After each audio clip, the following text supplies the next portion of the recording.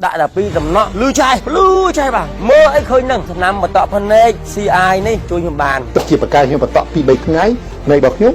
nơi cho ba hay lưu hay tiệt chia thêmสบายใจเป็นเต้นนี่คือจะตัดตอบใน CI មកពីប្រទេសស្វីសដែលកំពុងតែមានការគ្រប់គ្រងពីពុកម៉ែបងប្អូនដែលគាត់មានបញ្ហាផ្នែកដកតុយថ្លែនផ្នែកឡើងបាយផ្នែកក្រហមផ្នែកស្ងួតឈឺលកម្មលមាស់អីហ្នឹងគឺថាដាក់តបផ្នែក CI នេះមួយដំណក់ទៅមានអារម្មណ៍ថាត្រជាក់ផ្នែកស្រួលមានអារម្មណ៍ថាស្រឡះភ្នែកមានអារម្មណ៍ថាមើលទៅភ្លឺច្បាស់ដូចបាត់ថ្ងៃអញ្ចឹងចា៎បាទឆ្នាំនឹងបន្តមកខ្ញុំគឺមើលច្បាស់ហ្មងបាទមុនមិត្តមើលអីមិនឃើញទេអូនឆ្នាំនេះស័ក្តិសិទ្ធិមែនទេតាមពីខ្ញុំបន្តមកយឺវិជាចន្លោះភ្នែកច្បាស់កន្លែងហ្មងខ្ញុំការជំងឺកតុយខ្លែងហូរទឹកភ្នែកខ្ញុំតំណាជិះម៉ូតូលក់ត្រីអីហូរទឹកភ្នែកព្រោះมันបានយីកាហាយតែខ្ញុំបានប្រើលទ្ធផល CI របស់ស្វីសនេះពិតជាប្រកែកល្អមែនបងប្អូនភ្នែកខ្ញុំឡើងបាយកតុយខ្លែងទៀត